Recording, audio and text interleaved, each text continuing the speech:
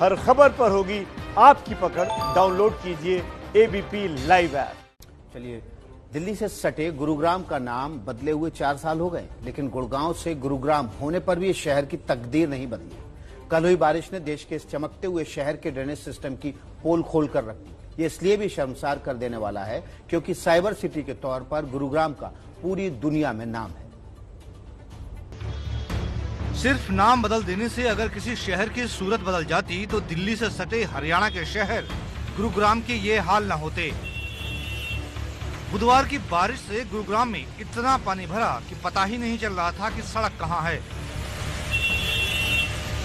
यकीन मानिए, पानी से पूरा लबालब ये गुरुग्राम का अंडरपास है और इसी में एक कार की जल समाधि हो गई।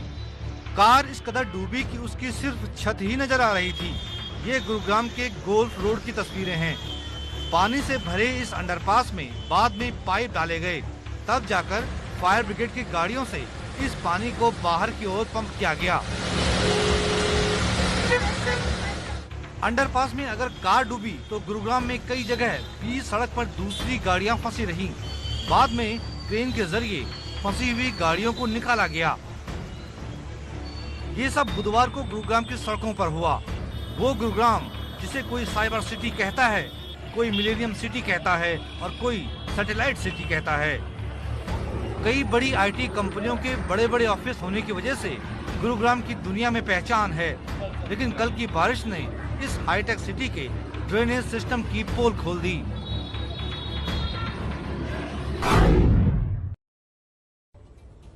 देखिए, गुड़गांव की तस्वीर हमने आपको दिखाई तो मौजूद हो जाता है हमारी सहयोगी इला काजमी के पास आपको लिए चले। हालांकि नीरज भी लगातार हमारे साथ बने हुए हैं, नीरज का रुख भी हम करेंगे। दिल्ली से नीरज बने हुए हैं। सुबह से लगातार इला दिल्ली और गुरुग्राम की तस्वीर आपके जरिए दर्शकों को हम दिखा रहे हैं। बड़ा सवाल यह है कि ड्रेनेज सिस्टम नहीं है, पानी की निकासी नहीं है। एक साइबर सिटी जब 2-3 घंटे की बारिश में डूब जाती है तो फिर फायदा क्या हुआ गुरुग्राम होने का? जी हाँ कुमकुम, बिल्कुल सही कह रही हैं आप। सुबह से लगातार हम तस्वीरों के जरिए आपको यही दिखा रहे हैं कि किस तरह चाहे दिल्ली हो या एनसीआर हो, तस्वीरें सब जगह की एक ही जैसी हैं। मात्र थोड़ी सी बारिश ने इन शहरों को तस्वीरें दिखाती भी रही है। मैं मौजूद हूँ गुरुग्राम के सेक्टर 4 में और जी तस्वीरें आप दिखाती भी रही हैं। आपकी आवाज नहीं आ रही है, आप अपना सवाल दोहरा सकती हैं।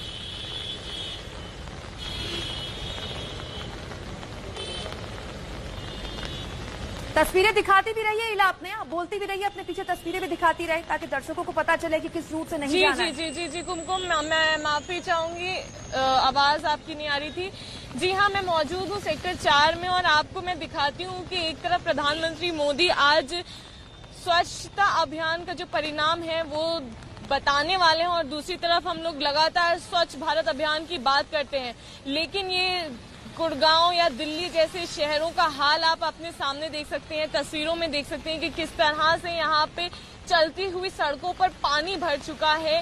पैदल चलना तो मुमकिन ही नहीं है क्योंकि 2 से 3 फीट तक ये पानी यहाँ पर भरा हुआ है। गाड़ियों का निकलना भी मुश्किल हो पा रहा है। गुड़गांव के पॉश इलाके हैं कई सारे जो अब जलमग्न हो चुके, चाहे आप गोल्फ कोर्स की बात करें या डीएलएफ फेज 1 या 2 की बात करें, सब जगह का हाल यही नजर आ रहा है। और चाहे मैं बता दूं गुड़गांव हो या फिर दिल्ली हो, सबका हाल वही है। और न केवल इससे ट्रैफिक जाम की समस्या आ रही है बल्कि घरों के अंदर भी पानी जा रहा है लोगों को कि, और ये सारे पॉश इलाका है। ये आपको मैं बता दूं कुमकुम, मुख्य इलाकों में से एक इलाका है ये सेक्टर 4 और यहाँ पर आप ये हाल देख सकते हैं कि किस तरह से ठेले, गाड़ियां, व्हील चेयर सब यहाँ पर अभी जो है जलमग्न हो चुकी है। तो एक तरफ हम लोग बार बार स्वच्छता अभियान की ओर जोर देते हैं, प्रधानमंत्री मोदी भी स्वच्छता अभियान की ओर जोर देते हैं और यहाँ पर हरियाणा सरकार भी बार बार सर्वे करवाती है, लेकिन जमीनी स्तर पर हमें यहाँ पर हालात देखिए, थोड़ी सी बारिश ने जो है शहर को रोक दिया है। जी विकास, बिल्कुल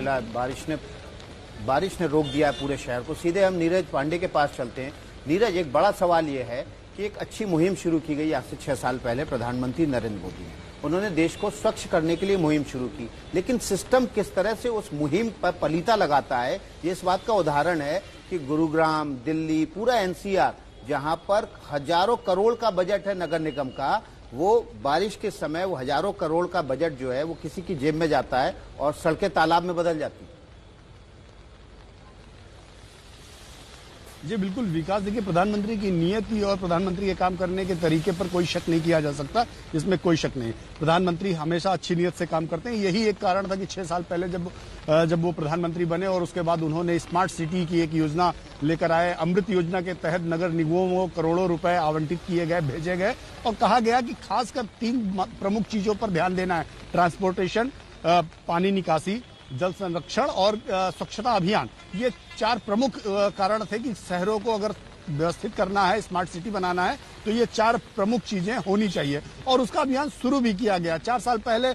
इसीलिए एक कंपटीशन के तहत ये शुरू किया गया कि शहरों के अंदर कंपटीशन हो, कौन शहर बेहतर है, कौन शहर थोड़ा कम रह गया, और उसका बाकायदा रेटिंग तय करते हुए लिस्ट जारी की गई। इंदौर पिछले 3 बार से बाजी मार रहा है, चौथी बार भी माना जा रहा है इंदौर बाजी मार। लेकिन सवाल तब खड़ा होता है जब संसद से महज 4 किलोमीटर की दूरी पर कोई ड्राइवर दिन के 12 बजे पानी की जमा होने की वजह से डूबकर मर जाता है। सवाल तब खड़ा होता है जब गुड़गांव जैसा शहर जो साइबर सिटी है जलमग्न हो जाता है। सवाल तब खड़ा होता है जब मथुरा जैसा दिल्ली से लगा हुआ शहर रात में पुलिस को, बस में फंस जाने वाले लोगों को पुलिस को निकालना पड़ता है पानी गले तक डूबकर। तो ये सब सवाल नगर निगम की व्यवस्था पर कहीं ना कहीं सवाल खड़े करते हैं और ये भी सवाल पैदा करते हैं कि आखिर जिन 4242 शहरों का सर्वेक्षण किया गया उनकी स्थिति क्या है। आखिर वो जो अमृत योजना के तहत करोड़ों रुपए भेजे गए वो पैसे गए कहाँ, क्या किया आप लोगों ने? तो ये बहुत सारे पानी में सवाल डूबे हैं तो व्यवस्था जो शर्म पैदा में क्यों करते हैं नहीं? नगर इसी निगम सवाल की के व्यवस्था साथ पर नीरज सवाल लगातार खड़े तस्वीरें सुबह से हम दिखा रहे हैं, आप बने रहिए हमारे साथ। इन 2 तस्वीरों को दिखाने का मकसद हमारा यह है कि आप समझें कि एक तरफ तो सरकार शहरों को स्मार्ट सिटी बनाने की बात करती है, बड़े बड़े फंड देने की बात करती है, लेकिन वो फंड जाता कहाँ है जब केवल औसत बारिश हो रही है। दिल्ली एनसीआर ही नहीं, देश के अलग अलग हिस्सों की लगातार रोज तस्वीर नमस्ते भारत में हम आपको दिखाते हैं। औसत बारिश में देश के प्रमुख शहर, देश के राज्यों की राजधानियां डूब रही हैं, देश की राजधानी डूब रही है, गुरुग्राम डूब रहा है। तो फिर ये पैसा जा कहाँ रहा है और पैमाना क्या है स्वच्छता का? और एक बड़ी अहम बात की थी कि संसद भवन से सिर्फ 4 किलोमीटर दूर नीरज पांडे ने कहा कि कैसे एक ड्राइवर उस जगह पर डूब के मर जाता है जहां हर साल पानी भरता है। सिस्टम को पता है यहाँ पानी भरेगा।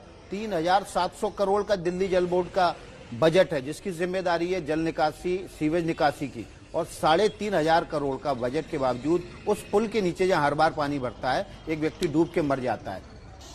हम सीधे इलाके पास चलते हैं, गुड़गांव। आसपास की तस्वीरें दिखाइए इलाके, किस तरह के हालात हैं वहां पर। पिछले 24 घंटे से लगातार बारिश हो रही है, रुक रुक के, धीमी, तेज, लेकिन सिस्टम अभी भी सोया पड़ा है। पता है पानी भरा हुआ है वहां पर, लेकिन निकासी का कोई इंतजाम अलग से नहीं किया गया। जी विकास, मैं गुड़गांव के सेक्टर 4 में मौजूद हूं और ये मंदिर आप देख सकते हैं। मेरे बाएं ओर की ओर एक मंदिर है जिसके बाहर दुकानें हैं और दुकानें, ऐसे तो यहाँ पर भीड़ भाड़ का इलाका रहता है, लेकिन आज यहाँ पर इलाके पे लोग मौजूद नहीं हैं। लोग क्यों नहीं आ रहे हैं? क्योंकि यहाँ पर पानी इतना ज्यादा भर चुका है कि 2 पहिया वाहन 4 पहिया वाहन हो गए।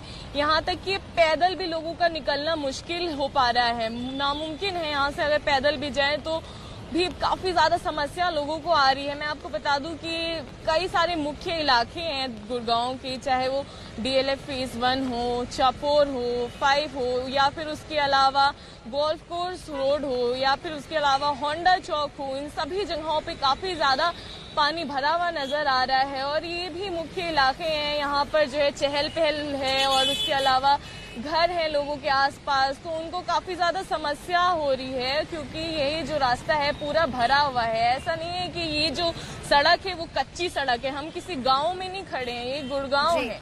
ये साइबर सिटी कहलाता है हरियाणा का, कमर्शियल कैपिटल कहलाता है हरियाणा का, और ये वहाँ की सड़क का हाल है। कोई कच्ची सड़क नहीं है ये जो भर गई है, मेरी तस्वीरों में आप देख सकते हैं। बिल्कुल इला, बहुत शुक्रिया आपका। नीरज, आपका ही बहुत बहुत शुक्रिया।